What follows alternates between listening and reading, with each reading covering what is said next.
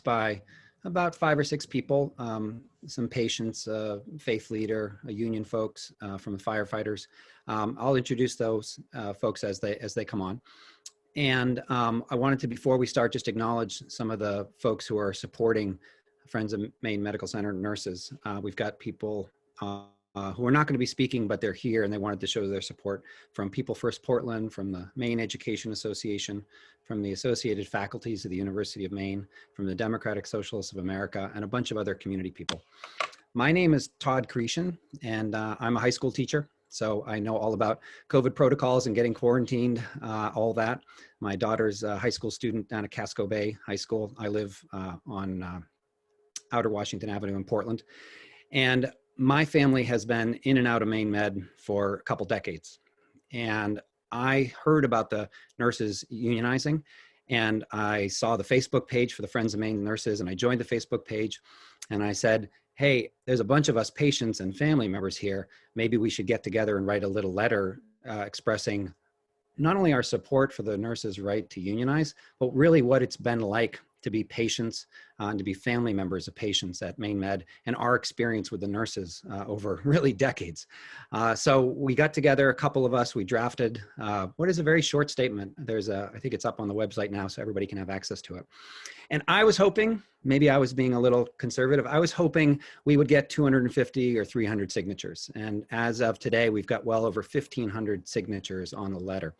And those signatures stand not just for the individuals who signed them, but for their loved ones who've been in the hospital, for their friends, for their coworkers, and for family members. So we really think this represents thousands and thousands of people who've had the same experience that I have at Maine Med.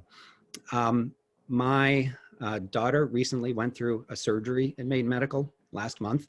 So I have very recent experience with just how wonderful the nurses are, even under these COVID times and all the pressure that they've been put under. My cousin was in Maine Med several times in 2019, right into 2020. And the Maine Med nurses who were at his bedside had a lot to do with saving his life, 46-year-old guy. And they were right there with him the whole time. They're often the people who explain to the families what's happening. They're advocates for the patients. And my father was, for more than a decade, in and out of Maine Med before he passed away in 2011. And I have a burnt into my memory standing around his bed as we said goodbye to him in Maine Med with a team of nurses, you know, with when you could, having their arms around us, helping us through the process of saying goodbye to my father, to my mother's husband, to a great uncle, to many cousins, and being right there with us. And not only did they provide him top-notch care for those many years, but they were the face of Maine Medical Center. They were the heart of Maine Medical Center. They made it possible for our family in a dignified and loving way to say goodbye to my father, and I'll never forget them. Excuse me. So when we say we have the Maine nurses and we have their back, and we believe they have the right to make a decision to join the union, we say that out of respect, out of love, and out of awe for their professionalism and their dedication to their patients and to their family members. So we want to thank them, and we stand with them. I'm very happy to now introduce some of the other speakers who are going to say a few words. I'm going to go first to Rachel Corey. So I'll hand it over to Rachel, and if you can just introduce yourself and explain why you support the nurses and your relationship to Maine Medical Center. Thank you, Todd. I am taking a call today at Maine Med because visits are reopening, and my dad's been at Maine Med pretty much since November 2019 as a patient. And I want to echo a lot of what Todd said. They have more than once, the nurses have more than once saved my dad's life because they've recognized small changes in his case, and they have been able to alert the medical staff and also step in right then and there because they are in his room the most. They are caring for him, they're seeing his changes with new medicines, and they are advocating with the larger medical team. they have been an emotional support for me as his health has ebbed and flowed. And I will forever remember how well they've treated him and me.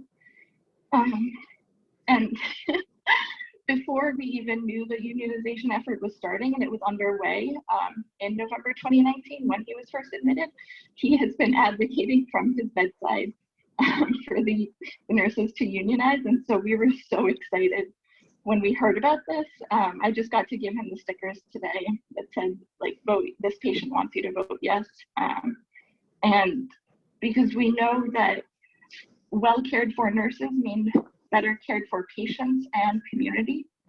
And I just am so thankful for the nurses, and I want to support their efforts to have a seat at the table and have a seat at the decision-making process, because they're the front lines and they have seen what patients need firsthand all the time. So with that, I will stop my remarks. Thank you. Thank you. Thank you very much, Rachel. I'm going to hand it over now to Evan Kleen from the Portland Firefighters. Over to you, Evan. Thanks, Todd. I have a statement prepared, but I just wanted to also add at the beginning that I was born at Maine Med.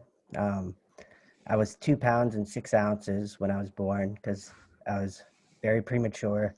My mother had a preeclampsia, so I just also wanted to echo my appreciation to those nurses at Maine Med that helped me be here today with you guys. Thank you. So, as a firefighter and a paramedic here in Portland, when myself or a coworker transports a patient to the emergency room, a nurse is often the first person we see. If there is a key piece of information about the patient's condition that needs to be passed on, it is to a nurse who is it is to a nurse that information is trusted to document and record. I have witnessed firsthand the high level of skill and professionalism that these nurses bring to their job. I have seen nurses bring calm to chaos, get the most difficult IV, manage the most complex and critical patients, and provide a kind word or gesture that otherwise would have gone unsaid or undone. They are truly the glue that holds a hospital together.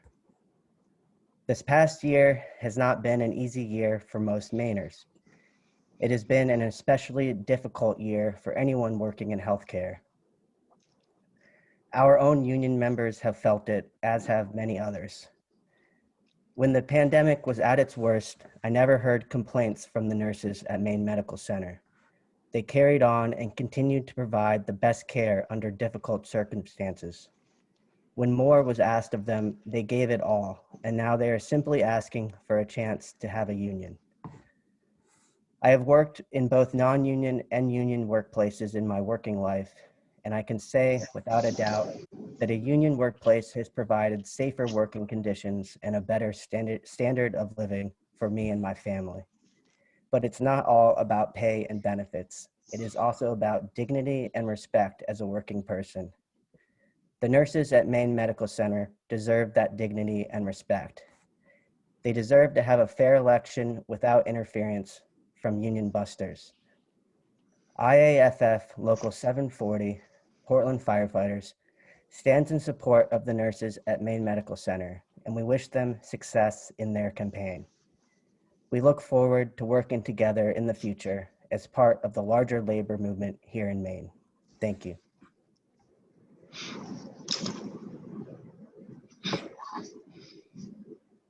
Thank you very much, Evan. I'd like to hand it over to Carl Capello from the First Parish Unitarian Congregation of Portland. Carl, take it away. Thank you, Todd. Hello, everyone.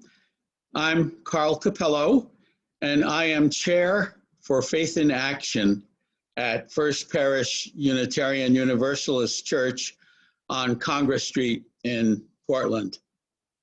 Our church enthusiastically supports the drive by nurses at Maine Medical Center to form a union and to join the Maine State Nurses Association.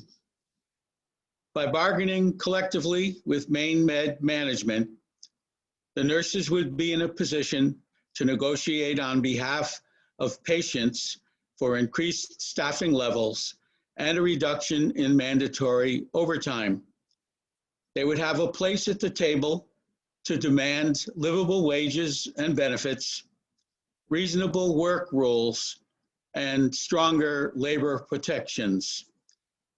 The deplorable actions of Maine Med management in hiring out-of-state union busters to try to brainwash and otherwise intimidate nurses must not succeed.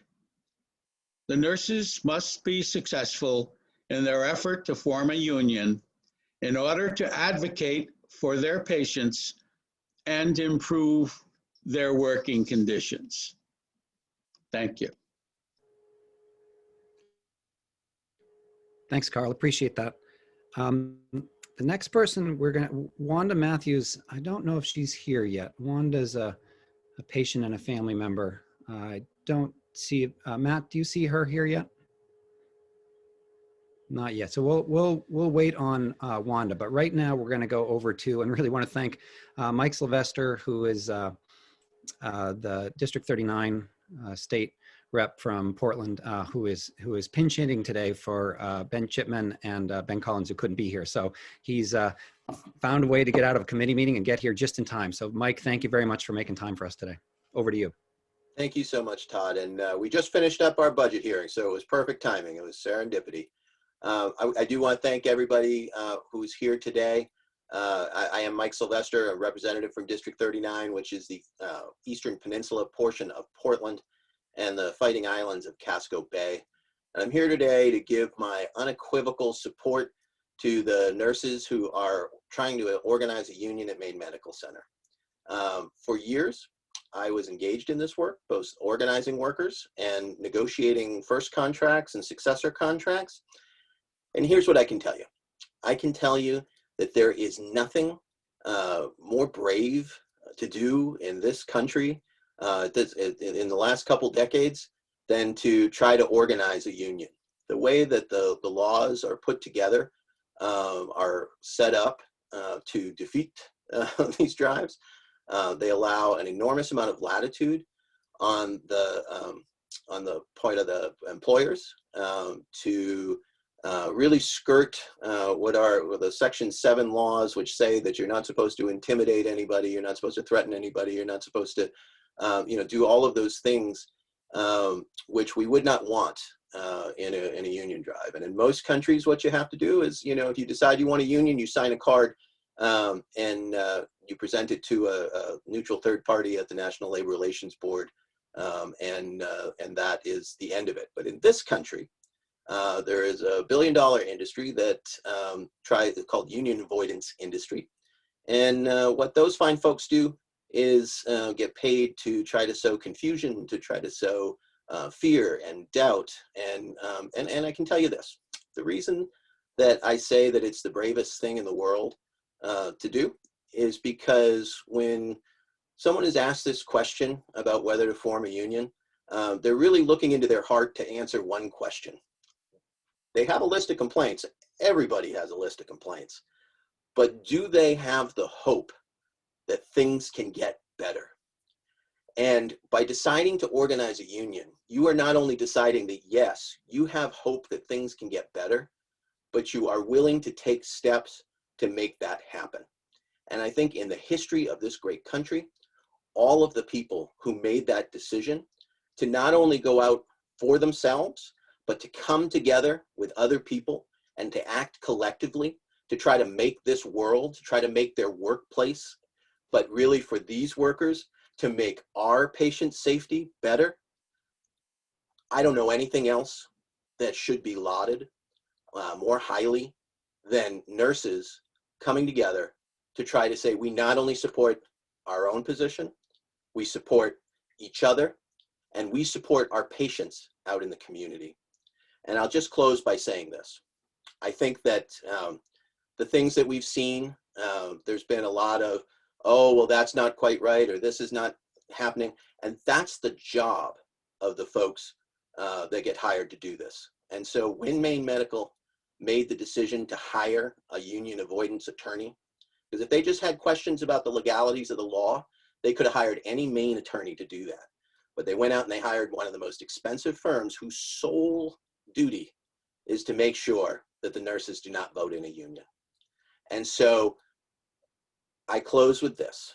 I say to Maine Med, the letter that the legislature sent you from leaders, from chairs such as myself, chair of labor and housing, asking you not to spend patient money, asking you not to engage in these tactics, is because the nurses who are responsible for our lives should be responsible to make this choice on their own. And I want to thank everybody in the community who's put a sign on their lawn. I want to thank everybody who has reached out to those nurses to say that we're behind you. And I look forward to welcoming them into the community of unions when their votes are counted. Thank you very much, Todd. Thanks, Mike. So that's, I just got a text from Wanda. Wanda has been called away at work, so she's not going to be able to join us, but she did want to say the following. She wanted to make sure that these words were read out in her stead. She said, I'm a teacher, so I spend all my life on Zoom trying to track down students and get them to respond to me. So I'll come back to this. Oh, there it is. Well, when I get it, I'll let you know what it is. It's a short message from Wanda. But for right now, let's open it up to any questions from members of the press. So if you have a question for any in general or any of the specific speakers, just identify yourself, what outlet you're from, and pose your question. Thanks.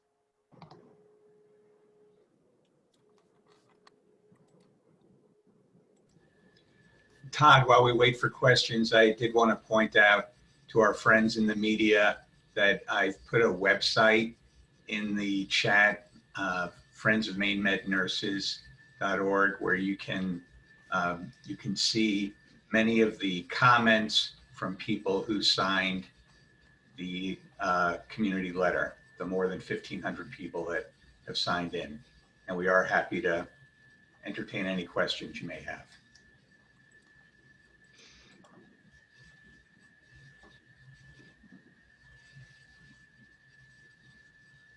Taylor Keynes from WGME says, in general, one of the biggest, I'm just reading from the chat and then we'll take the next question. One of the biggest concerns seems to be about OT, overtime, and nurses being overworked. What data or information do you guys have to support what hours they have been working? I'll just say that, and maybe somebody else can answer this better than I can, but from a sort of patient community point of view, I'm not really an expert in the nurses' particular schedules. And so I don't see my job as somebody who's supporting the nurses to kind of get into that nitty-gritty. If there are other people here who know that stuff, we're not with the nurses union, we're not nurses, we're just patients. So the quick answer is that we don't know the specifics of that. But when the nurses tell us that they're overworked and overscheduled, that they need lower patient to nurse ratios, call us naive. We believe our nurses, and we think that they're telling us the truth, and that if they had better hours and more support on the floors, that we'd all be better off. But if anybody else from the speakers wants to add anything to that.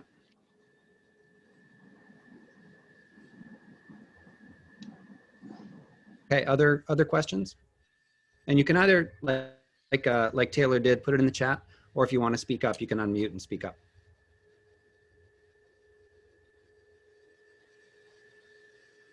Hi, this is Rosalind from Channel 6 News Center, Maine. Can you hear me?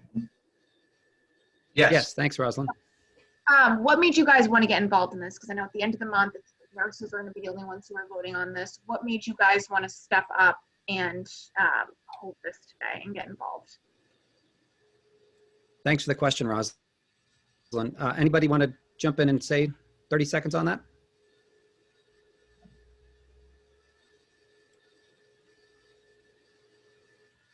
All right, I'll take this one. Somebody's got to get the next one.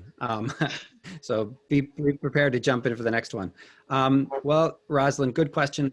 What I said at the beginning holds true, which is having had family members at Maine Med for decades. My personal experience is that the nurses are both the frontline medical people, but they are also the people who are the heart of Maine Med, that they are the person there with their arm around you as you are pulling for a loved one to get better, or in my case, saying goodbye to my father. So when I heard that the nurses were organizing a union, my first instinct was, I want to support the nurses. So there wasn't a heck of a long thought process to it. It was really kind of a knee jerk. These are people who have meant a lot to me and my family, both in good times and in bad times. And it was a no-brainer to step in there and do what we could. And all we really did was write a little letter saying how we felt, and we had 1,500 people sign on to it. So it's just a small contribution. Really, the nurses are doing the hard work, and we just wanted to have a little token of our appreciation to say we have their back. Looks like Representative Sylvester would like to comment on this. Thank you. Well, I can say that, having worked with nurses in different parts of my career, I can tell you that nurses organize for one reason. They don't organize for money. They don't organize for, they take many parts of the job that most of us would be unable to do, from standing on their feet to the long hours, to the double shifts when it's necessary, and they do that largely without complaint. But the reasons that nurses come together and organize is for us, is for patient care, because they take their job so seriously that when they are not able to provide the patient care to the level that they want to do so, whether that is because of something like staffing, and whether it is because of something like double shifts, or whether it's just because the administration is not listening to their suggestions of the workers who are doing that work on the floor every day and know, what is going on, then that's why nurses come together. And so I also did not have a lot of questions about why these nurses were coming together and whether I should support them, because I know after years of experience that the reason they're coming together is to make sure that all of us have the best patient care that we can have.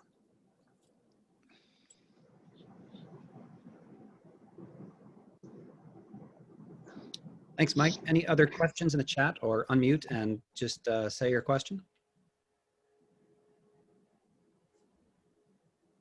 Hi, Terry Stackhouse here from WMTW. I had a question about, there was the letter from lawmakers, I believe March 12th was the day that it was sent, which a number of state legislators signed on to. I believe the number was somewhere around 60. I wanted to see if any of you have any specifics related to the following passage that you're able to share.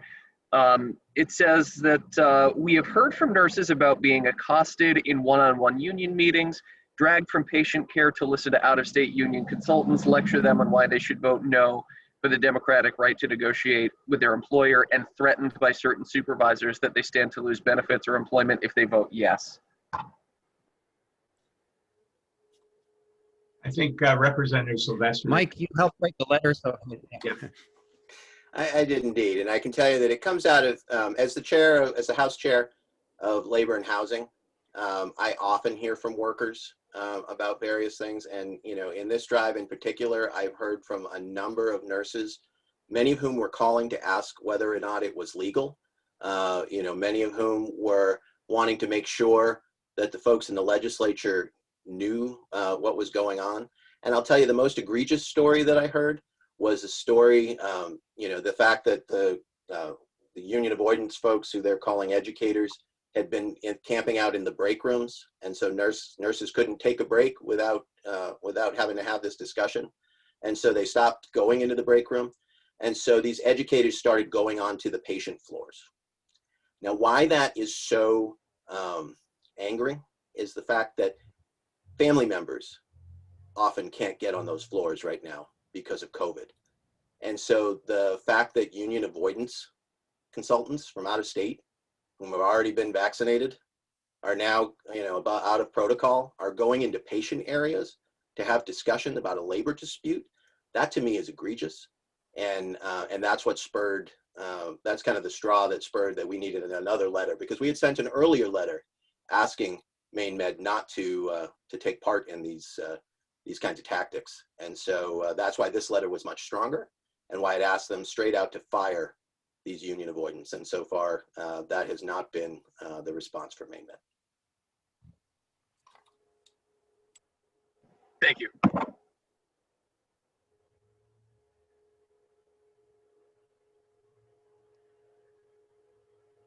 Great. Thanks for the question. Anybody else? Again, just put it in the chat or unmute and ask your question. Hi, this is Joe Lawler at the Press Herald.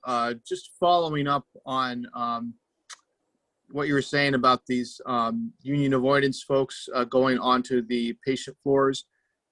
So do you know, were they going onto the patient floors to strike up conversations, to pressure nurses on the vote, or were they just hanging out in case somebody had a question? Did you hear any more details about that? Sure, I'd be happy to tell you that I heard this from a couple of different folks, and that what they described to me, and again, I wasn't there. You know, I know that in these campaigns, you try to make sure that you talk to everybody to have the conversations from both sides, and that they had come in while they were in the process of tending to patients to have these conversations. Now, did Maine Med know that they were doing this? Did they authorize them to do that? None of that do I know, but they know now, and so we know going forward that this should not be happening. I'll just add one thing. I'm not going to give away the details of it, but I will tell you this. My daughter was at Maine Med a little more than a month ago, having what is a very serious operation. My wife and I could not go into the building to be with her, to sit beside her bed as she was put under, or wake up, or even talk to the doctors in person. We couldn't get to the nurses because they were behind the COVID wall. We respected that. And as hard as it was as a father to see my daughter go in there and not be able to hold her hand, the idea that there are anti-union consultants wandering around the wards, I don't know what else, it makes my blood boil. And this is not a theoretical issue. Whether they're standing around, whether they're pigeonholing people, or whether they're leaning up against the wall, they're there and we're not.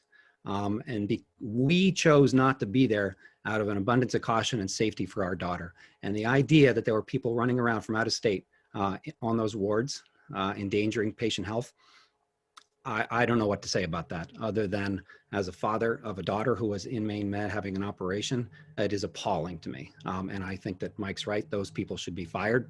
They should be escorted out of the hospital, and the nurses should be left alone to make up their own minds. And there may be some nurses who don't want a union. They can make up their own mind. They don't need somebody there telling them. And the people who want a union, they can take a vote. We're supposed to live in a democratic country.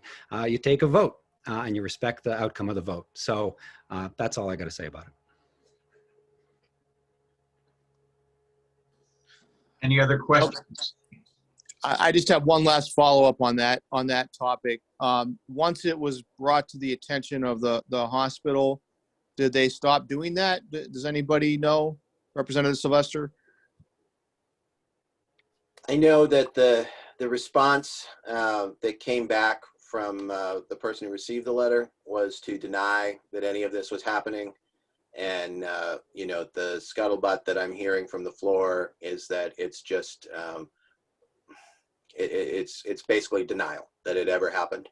And once again, I don't know why these people would call me out of the blue to tell me these stories, you know, and to be as distraught as they were about it. You know, what their game might be playing that, but I know that that they did reach out, and that what I'm hearing now is that there's claims that it never happened, but what there has not been is an apology that if it happened, that it should not happen and that it will not happen again.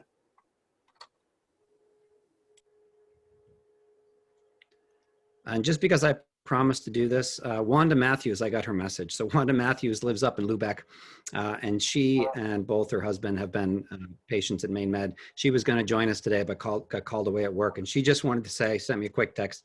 She said, a union means solidarity, safe nursing, and closer relationships with the nurses in the other departments. And so she wanted to add her voice. Wanda Matthews from Lubec wanted to make sure that we knew that as a patient, she was right here with the nurses as well, even though she couldn't join us today. Okay, maybe time for one more question.